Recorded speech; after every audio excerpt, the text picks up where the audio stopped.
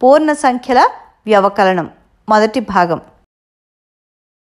పిల్లలు, మనం పూర్ణ సంఖ్యల వ్యవకలనానికి సంబంధించిన కొన్ని ధర్మాలు చూద్దాం.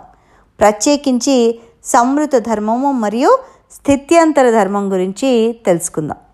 9 - 7 + 2 లేదా 2 అని రాస్తాం. -21 -10 -11.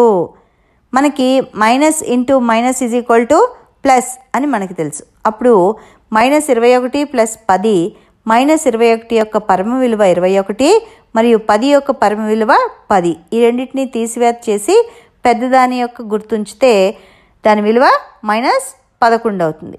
ఇప్పుడు 2 మరియు -11 రెండు కూడా పూర్ణ సంఖ్యలే. మీరేం గమనించారు? మనం రెండు పూర్ణ సంఖ్యలను ఒకదానిలో నుంచి మరొకటి తీసేసినప్పుడు భేదం కూడా ఒక పూర్ణ సంఖ్య అయిన విషయం మనం గమనించవచ్చు. కాబట్టి పూర్ణ సంఖ్యల వ్యవకలనం సంవృతం అని చెప్పచ్చు.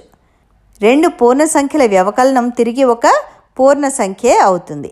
కాబట్టి పూర్ణ సంఖ్యల వ్యవకలనం సంవృత ధర్మాన్ని పాటిస్తుంది. ఇప్పుడు ఈ సంఖ్యలు తీసుకోండి. వీటిని ఈ విధంగా రాస్తే అంటే 6 -3 ఎంత? అలాగే -3 -6 ఎంత అవుతుంది? ఈ రెండు సమానమేనా? కాదు, ఇవి రెండు వేరు వేరు విలువలు కలిగి ఉంటాయి. ఎందుకంటే 6 + 3 9.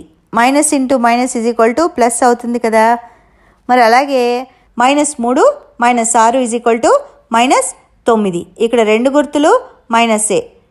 వాటి పరమ విలువలు 3, 6 రెండు కలిపి మైనస్ గుర్తు ఉంచుతాం. కాబట్టి పూర్ణ సంఖ్యల వ్యవకలనం స్థిత్యంతరం కాదు అని చెప్పచ్చు. అంటే మనం రెండు పూర్ణ సంఖ్యలని వ్యవకలనం చేసినప్పుడు సంఖ్యల క్రమము మారితే భేదం కూడా మారుతుంది. కాబట్టి పూర్ణ సంఖ్యల వ్యవకలనం స్థిత్యంతర ధర్మాన్ని పాటించదు.